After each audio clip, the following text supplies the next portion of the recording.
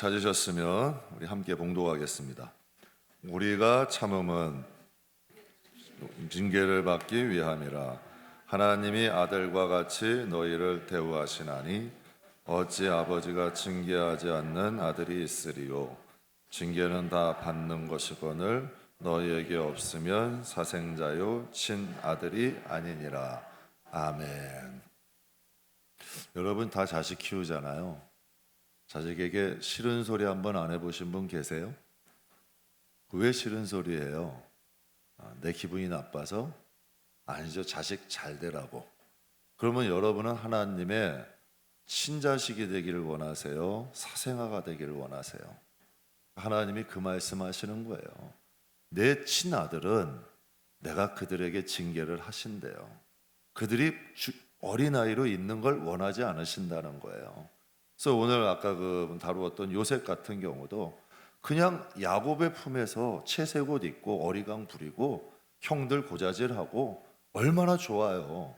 그러나 하나님은 요셉을 향한 비전은 그게 아니잖아요. 근데 하나님이 하시는 방법이 좀 투박하긴 해. 어떻게 그 어린 17살짜리 아들을 애굽에다 던져 넣어요? 아무도 없잖아. 의지할 곳이 없게 만들어. 어떻게 거기다 던져놔요? 때로는 하나님이요 좀 무지막지 하실 때가 있어. 그러신 하나님이 거기서 떠나질 않으시잖아. 보디발의 집에서 이런 말씀이 있어요.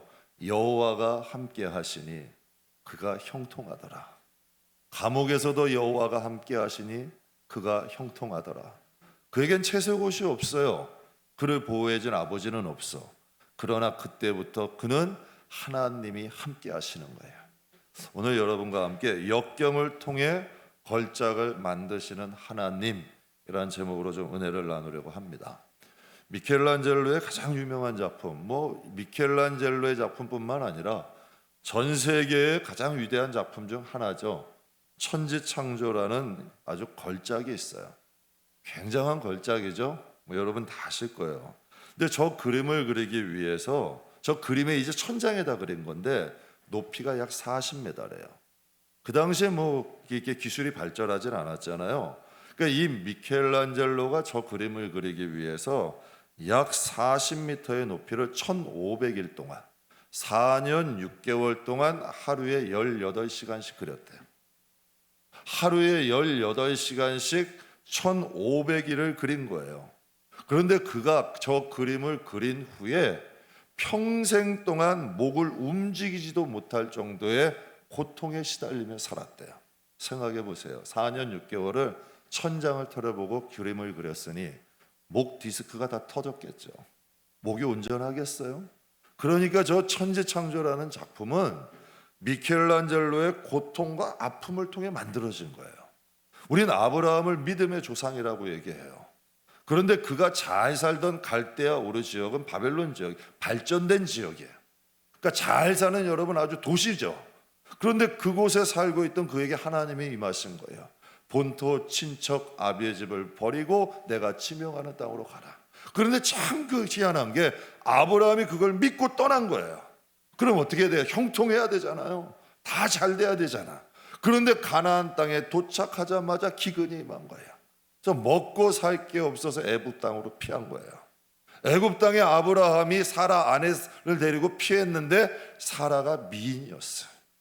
그랬더니 이 아브라함 소수민족이 거기서 여러분 낯선 땅에 오니 이 아내가 이쁘다 보니까 여러분 이 아내를 빼앗기 위해서 아브라함이 목숨이 위태로운 지경에 이른 거예요.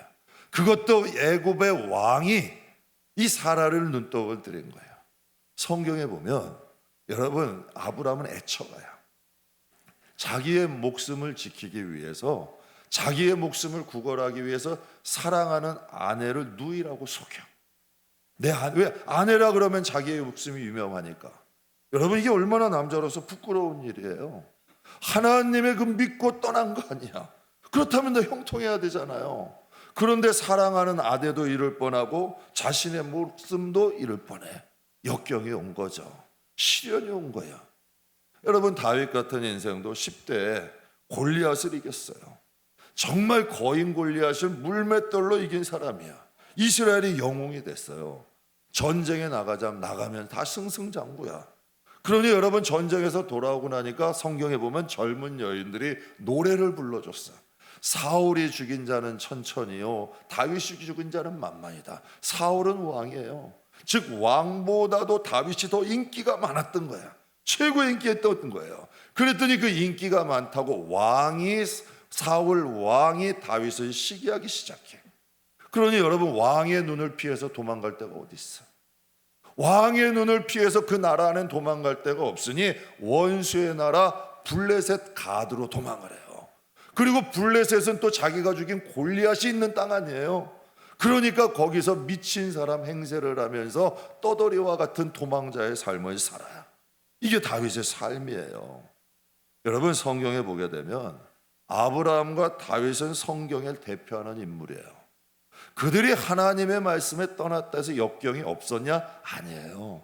역경을 극복한 인물들이야.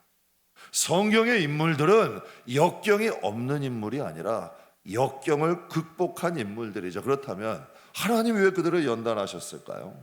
왜 아브라함과 다윗을 연단하셨을까? 여러분, 신약 성경의 처음 시작이 마태복음이죠. 마태복음 1장 1절이 이렇게 시작해요. 아브라함과 다윗의 자손 예수 그리스도의 계보라. 예수 그리스도를 소개하는데 누구의 이름이 들어가요? 아브라함과 다윗의 자손 예수라는 거예요. 믿음의 조상들 가운데 대표적인 인물들이 얼마나 많아요. 그러나 하나님께서는 예수 그리스도를 소개할 때 아브라함과 다윗의 자손이라고 소개해요. 즉 예수님의 혈통의 가장 대표적인 인물을 아브라함과 다윗으로 삼은 거예요. 여러분의 가문에도 훌륭한 인물들이 있죠. 누군가 자랑할 만한 인물들이 있을 거예요. 여러분 근처에도.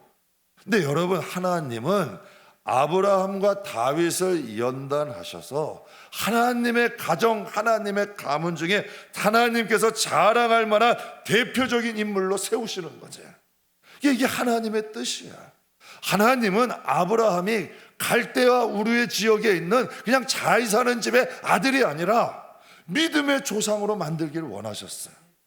하나님은 이 다윗이라는 인물이 베들레헴 시골에서 작은 양무리를 치는 것에 남아있기를 원치 아니하시고 이스라엘의 대표적인 이스라엘의 예수 그리스도의 가문 위에 대표적인 인물로 세우신 거예요.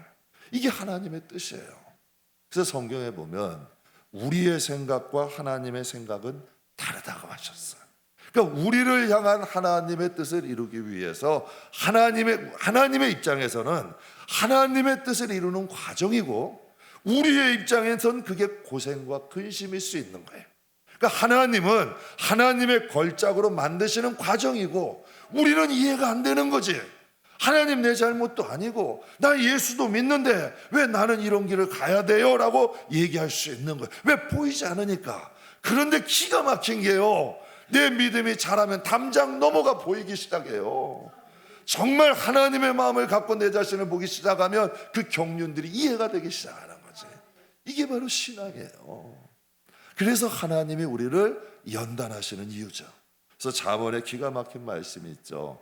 도가니는 은을 연단하고 풀무는 금을 연단하고 하나님은 무엇을 연단한다? 마음을 연단한대요.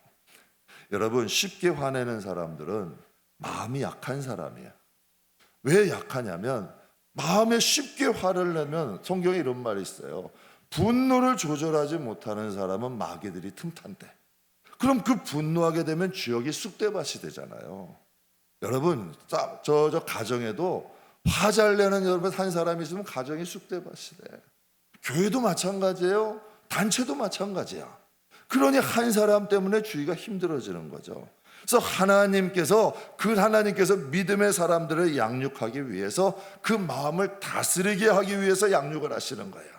그래서 하나님께서 갈대아 우르에서 아브라함을 가나안 땅으로 인도하신 후에 하나님이 그를 연단하시는데 애굽에 바로를 붙이시는 거야. 그러니 여러분, 꼼짝달싹할 수 없잖아요. 아브라함의 의지가 힘으로, 아브라함은 용사예요. 가나안 족속들과의 전쟁에서 여러분 단연 300명 조금 넘는 군사로 가나안 여러분 연합군들을 물리친 용사예요.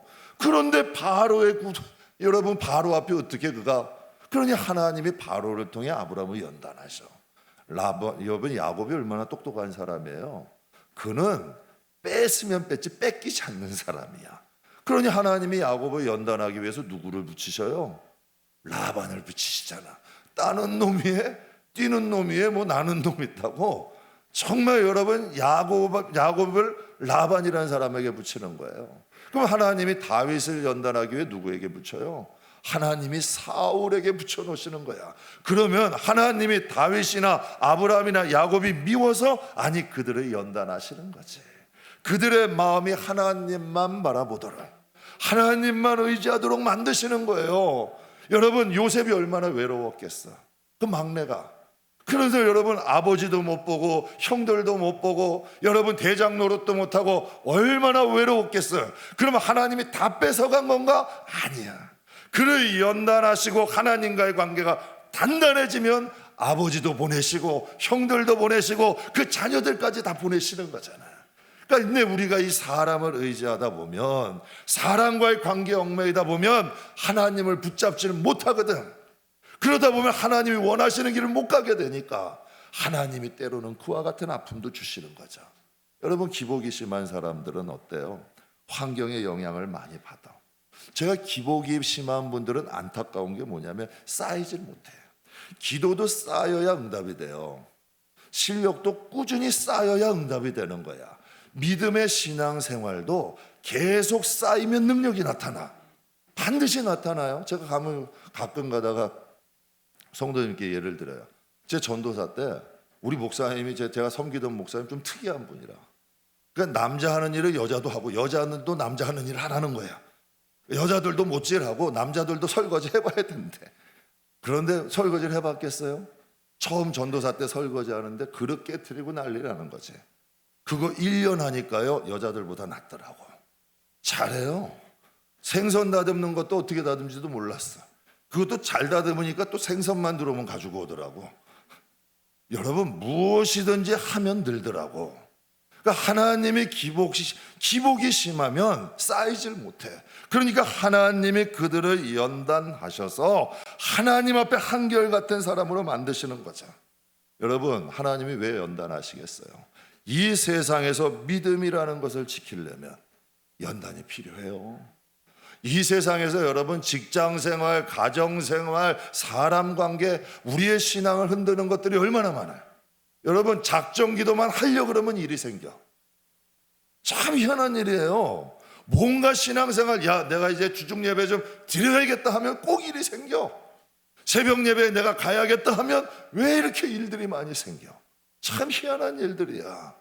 그러한 여러분 과정이 있기 때문에, 그러나 마음이 연단되고 마음이 여러분 연단된 사람은 어떠한 환경에 영향이 와도 그것을 선택하고 갈 수 있거든. 왜? 우선순위가 정해졌으니까. 그래서 이 기복신앙은 연단을 받아야 돼.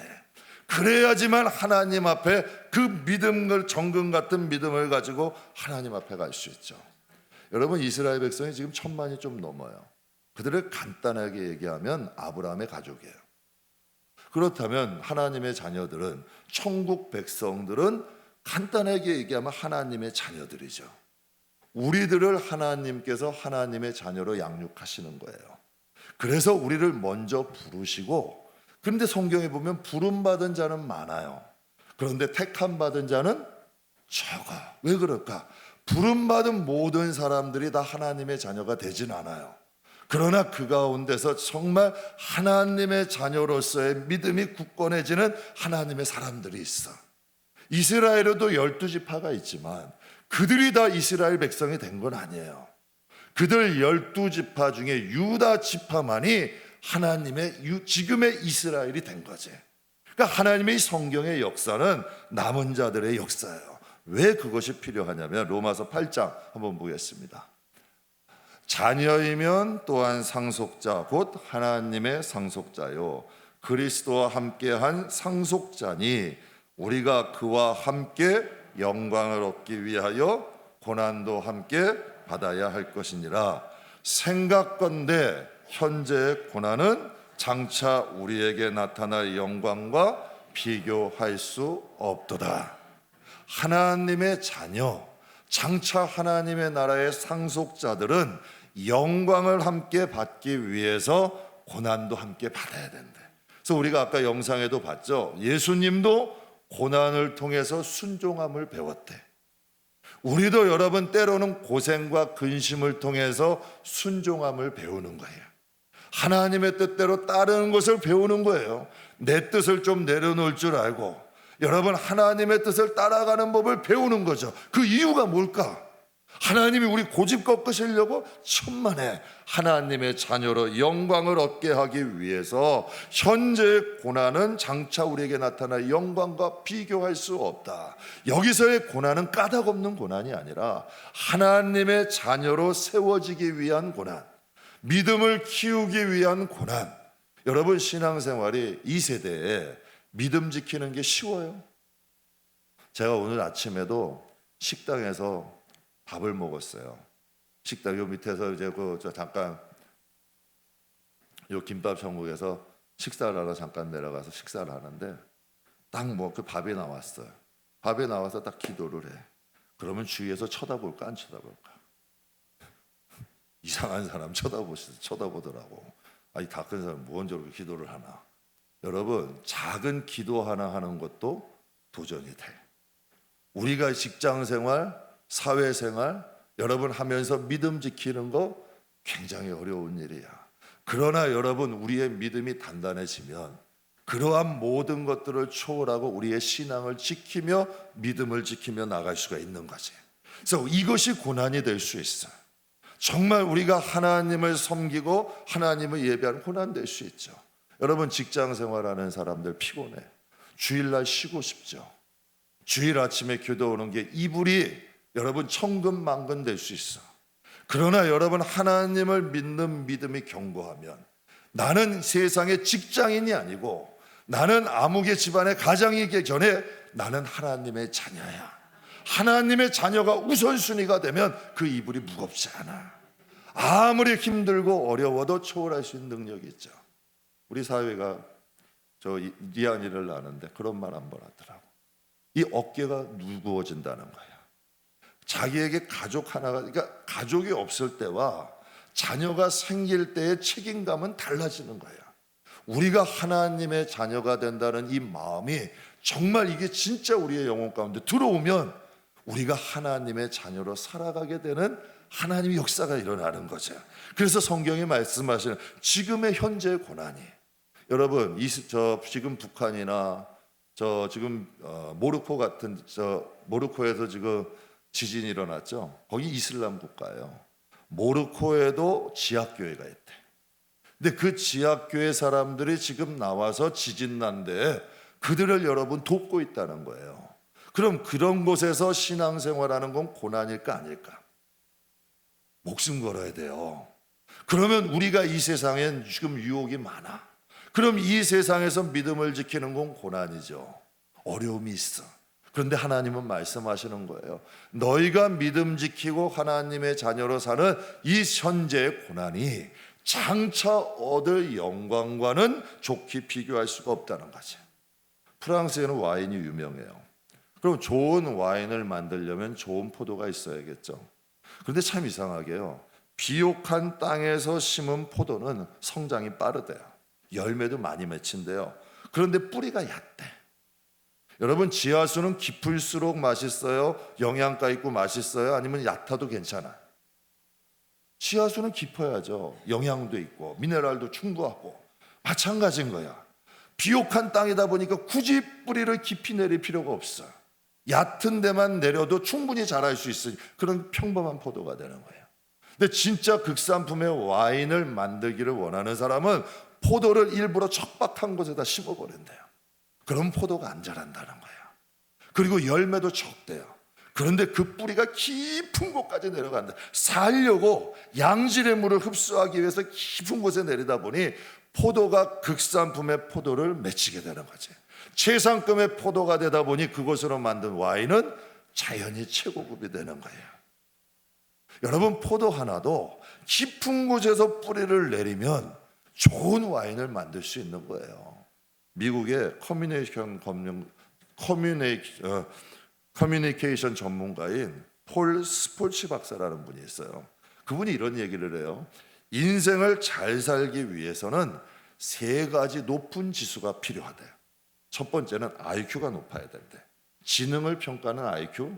두 번째는 감성을 평가하는 EQ. 근데 세 번째가 또 있대요. 역경을 극복하는 AQ가 좋아야 된대. 그런데 과거에는 IQ만 높아도 성공할 수 있었대요.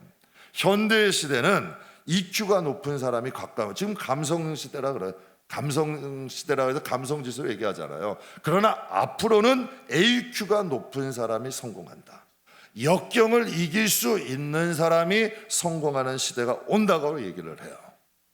여러분 잘 아실지 모르겠는데 셀트리온이라는 생명공학 기업이 있어요. 셀트리온이라는 창업자가 서정진 회장이라는 사람이에요. 그 사람이 대우자동차에서 근무를 하다가 대우자동차가 부도가 났잖아요. 실업자가 돼버린 거예요. 근데 그런 말 하더라고요. 실업자가 딱 되고 나니까 처갓집에서부터 전화가 오더래. 걱정이 되는 거지. 백수가 된 거예요. 일이 없어진 거야. 그런데 그가 2002년에 셀트리온이라는 기업을 창업했어요. 근데 20년 만에 자산이 40조가 되는 큰 기업이 된 거고요. 어마어마한 거죠. 근데 그가 강연하는 내용을 제가 잠깐 들어봤어요. 근데 그가 이런 얘기를 해요. 나는 수저 타령하는 것을 제일 싫어한다. 그런 얘기를 하더라고요. 자기는 중학교 때 아버지가 연탄 가게를 하셨대요. 자신, 아버지, 어머니, 동생, 자신 항상 학교 다닐 때 연탄 배달하면서 살았다는 거예요. 대학 다닐 때도 학비를 낼 수 없어서 아르바이트를 했는데 택시를 24시간 택시 운전하고 24시간 학교 다녔대요. 그렇게 치열하게 공부했다는 거예요. 24시간 택시를 몰아야 학비를 마련할 수 있고 또 학교 가서 24시간 공부를 했대요. 그렇게 해서 여러 번 다녔는데 대학 다닐 때나 봉급을 다닐 때나 사업을 할 때나 자신은 단 하루도 그냥 산 적은 없겠대요. 그러면서 이런 얘기를 해요. 우리가 가지고 있는 가장 큰 재산은 시간이다. 그 시간을 어떻게 쓰느냐에 따라서 우리의 미래는 달라질 수 있다. 힘들더라도 생활 습관을 바꿔야 된다. 그러면 반드시 미래는 변한다 라고 얘기를 해요. 저도 개인적으로 수저 타령하는 것을 싫어해요. 수저 타령. 왜 그러냐면 그 말이 여러분 수저 타령하는 것이 왜 싫어하냐면 그 말은 상한 갈대를 꺾어버리는 거예요. 꺼져가는 불빛을 짓밟는 거예요. 왜냐하면 그 말이 순간은 위로가 되더라고. 순간은 위로가 돼. 아 맞아. 그럼 맞아. 다 공감이 되는 거야. 나는 배경이 없으니까 나는 능력이 좀 부족하니까 맞아. 이것으로 위안이 되고 안심은 돼요. 그런데 참 이상하게요. 거기에는 소망이 없어. 무서운 게 소망을 빼앗아가.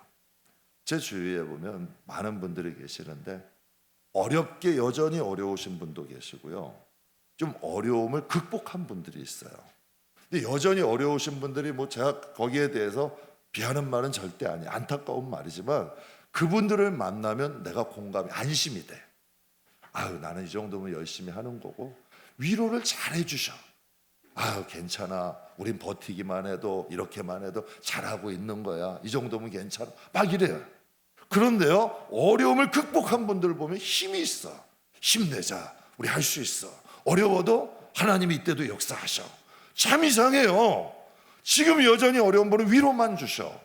어려움을 극복한 분들에게 가면은 위로 플러스가 있어. 소망이야.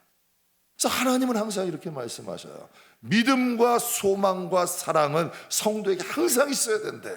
성도에게 하나님은 소망을 주셔. 늘 다시 일어날 수 있는 마음을 주시는 말이죠. 그러면서 그가 이런 말을 해요. 마지막에 실패라는 단어는 관뚜껑 닫을 때 하는 말이다. 아, 저는 이게 좀 충격이 되더라고. 실패라는 말은 관뚜껑 닫을 때 하라는 거야. 지금 하지 말라는 이야기예요. 우리는 전능하신 하나님을 믿잖아요. 전능하신 하나님을 믿는 사람 아니에요? 저는 지금도 이렇게 생각해요. 하나님을 믿는 튼튼한 신앙 안에서 우리가 열심히만 살아간다면 하나님이 일하기 시작하시고 기적도 일어나요. 저런 생각에 박영수 목사님이 요셉에 대해 말씀하셨잖아요. 요셉이 지금 애굽에 던져졌어. 그때가 17살이에요. 그가 뭘 배웠겠어? 기술이 있어? 뭐가 있어요? 그가 보디발의 집에 가서 맨 처음에 뭐 했을까? 잡일했을 거야. 그냥 심부름했을 거야. 그러니 여러분, 그가 대우를 제대로 받았겠어요? 그런데 성경에 그가 불평했단 말이 없어. 물론 그가 비전이었고 그가 장차 되어질 일을 생각하지 못했더라도 그가 어느 자리에 있어도 성실했다는 거야. 그가 노예로 있을 때나 감옥에 죄수로 갇힐 때나 항상 있는 자리에서 성실하고 자기가 할 수 있는 일을 한 거지. 형들에 대한 원망, 보디발에 대한 원망, 보디발에 대한 아내의 원망이 있었다면 자기 자신이 무너졌을 거예요. 사랑하는 성도 여러분, 하나님이 우리와 함께 하셔. 실패라는 단어는 우리에게, 실패라는 단어, 낙심과 원망은 나중에 해도 되잖아. 지금 내가 살아있다는 것만도 축복 아니에요? 내가 할 수 있는 일을 충분히 할 수 있잖아. 지금 성경은 그것을 말씀하시는 거야. 너희가 하나님이 없냐? 하나님이 계시는데. 마틴 루터가 종교개혁을 하다가 교황청으로 형제했잖아요. 교황청은 그때요, 그 교권만 가지고 있는 게 아니라 나라의 권력까지 가지고 있었어요. 이 왕도 많이 마음대로 바뀌었어요. 그 교황청을 상대로 종교개혁을 한다고 여러분, 그가 얘기했으니 그 계란으로 바위치는 거죠. 하루는 낙심이 된 거야. 코가 쭉 빠져가지고 낙심을 하고 있으니까 그 아내가 참 훌륭해.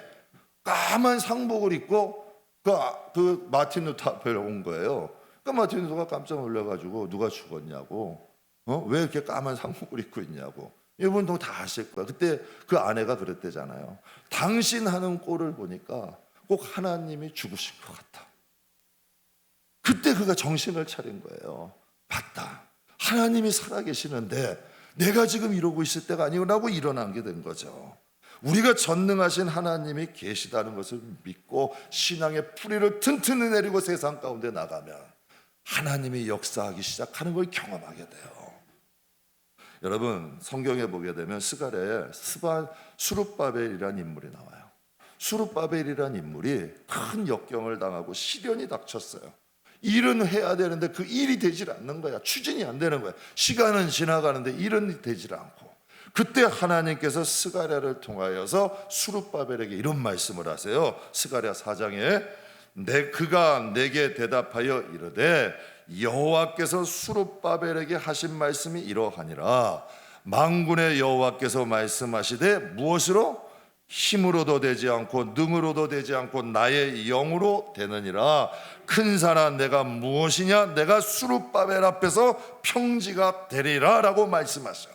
하나님께서 수룹바벨을 보신 거예요. 무엇인가 하고자 열심을 내고 노력을 하고 있는 수룹바벨에게 하나님이 말씀하시는 거죠. 너 힘으로 되지 않았지? 너 능으로 되지 않았지? 그러나 내가 나의 영으로 도와줄게 하면서 큰 산 같은 문제를 하나님이 꾸짖으시는 거예요. 큰 산아 내가 무엇이냐? 수룹바벨 앞에 내가 평지가 되리라. 정말 힘으로도 능으로도 되지 않았던 일들이 순식간에 해결되는 것들을 수룹바벨이 경험하게 되는 거죠. 저는 이게 성도의 능력이 아닐까요? 정말 하나님이 살아계시다면, 우리가 하나님을 믿는 믿음 안에서 산다면 우리는 하나님이 역사하시는 것을 경험하게 될 줄 믿습니다. 오늘 본문 말씀에 너희가 참음은 징계를 받기 위함이라. 하나님이 아들과 같이 너희를 대우하시나니 어찌 아버지가 징계하지 않는 이들이 있으리요? 징계는 다 받는 것이거늘 너희에게 없으면 무엇이다?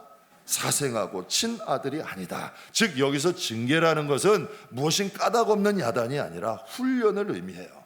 즉 군인이 교관에서 훈련받듯이, 여러분 학생이 가정교사에게 훈련받듯이 하나님께서 우리를 자녀로 부르셨잖아요. 부르신 우리를 택하기 위해서 하나님은 하나님의 자녀로 우리를 양육하시는 거지. 이 과정이라는 거예요. 신앙생활은 다른 게 아니라 하나님이 우리를 부르셨으니 이젠 택하기 위해서 하나님의 말씀으로 훈련시키는 거죠. 여러분 박지성 선수 다 아시죠? 우리나라 대표하는 축구 선수예요. 박지성 때문에 어린이들 축구 교실이 많이 생겨났어. 부모들이 다 축구 선수 만든다는 거예요. 그래서 너도 나도 축구 선수 시키겠다는 거지. 그런데 그가 전성기 때 한창 자랄 나이였던 여러분 34살의 나이에 2014년에 은퇴를 선언해요. 그가 왜 은퇴를 선언했을까요? 박지성이 유명한 건 많이 뛰는 것으로 유명해. 뭐 여러분 그 심장이 산소 탱크라 그래요. 그 정도로 뛰었어. 그런데 그의 연골이 다 닳아버린 거예요. 선수 생활하러 여러분 지역 간의 지역만 이동만 해도 무릎에 물이 차기 시작하는 거예요. 연골이 다 닳아버린 단위로 그렇게 뛰어다니니까 이젠 도저히 선수 생활을 할 수가 없어서 여러분 은퇴를 하게 된 거예요. 그는 지금도 무릎 통증에 시달려. 무릎 통증 때문에 여러분 비행기도 마음대로 못 타요. 그가 대한민국을 대표하는 축구 선수지만 그가 이제 40 초반이야. 평생 사는 동안은 그 대가를 치르면서 살아야 되는 거예요. 제 딸아이가 오늘 비올라 연주했는데요. 성도들이 참 비올라 연주를 좋아해 주세요. 고마워요. 참 감사하죠. 소리도 좋고 제 입으로 일부 때는 얘기가 되는데 지금은 또 식구가 또 있다 보니까 말이 안 떨어져. 연주하는 모습도 좀 제가 보기엔 좀 아름다운 것 같은데 뭐 원하시면 10,000원 낼게요. 그러니까 제가 때도 참 이쁜 것 같아. 그런데 이 젊은 아이가 20대 초반부터요 목 통증하고 어깨 결림으로 여러분 병원 다녀. 다 목이 결린 거야. 늘 여러분 이걸 몇 시간 동안 이러고 연주를 하니까 목 통증, 어깨 결림을 가지고 사는 거야. 그러니까 아름답고 연주는 하고 보기는 좋아도 나름대로의 이것들은 가지고 가야 되는 거야. 성도 여러분 박지성 선수가 축구 선수로 유명해도 그 여러분 무릎 연골에 다루는 대가는 치러야 되는 거지. 여러분 제품이라는 건 하루에 수천 수만 개도 그냥 찍어내면 돼 제품은. 근데 저는 참 신기한 게요. 성도들 한 사람 한 사람을 하나님은 귀히 여기셔. 사람, 환경 여러 가지 조건을 통하여 한 사람 한 사람을 다 양육하셔.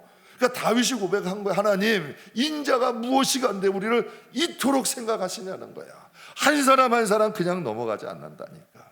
여러분 진짜 믿음은요 세상의 부, 명예, 아름다운 지식과도 바꿀 수 없는 하나님 나라의 보물이야. 진짜 여러분 믿음은 하나님을 향한 그 신실한 믿음은 하나님 나라의 최고의 보물이에요. 정말 엄청난 하나님의 영광이 될 수 있는 것이라는 걸 기억하시길 바랍니다. 그래서 바울이 이런 고백을 해요. 빌립보서 3장에 이런 말을 합니다. 그러나 나도 육체를 신뢰할 만하여. 여기서 신뢰라는 건 자랑할 게 있다는 거예요. 내가 육체로 자랑할 것이 있는데 다른 이가 육체를 자랑할 것이 있는 줄 생각하면 나는 더욱 그러한 사람이다.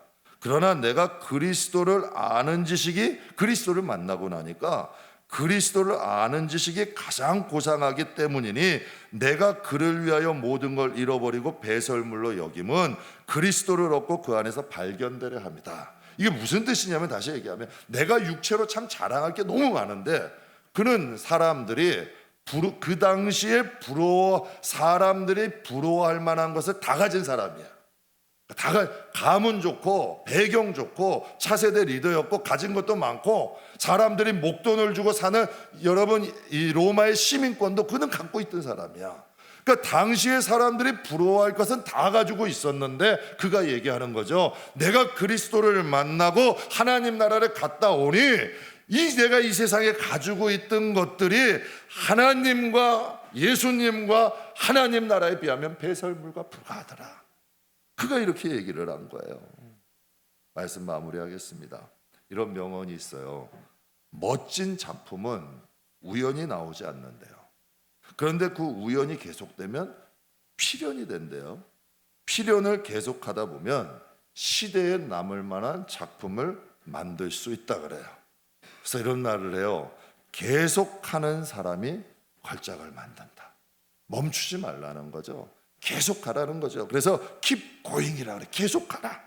멈추지 말고 계속 가다 보면 그곳에 걸작이 나오고 작품이 만들어진다는 거예요.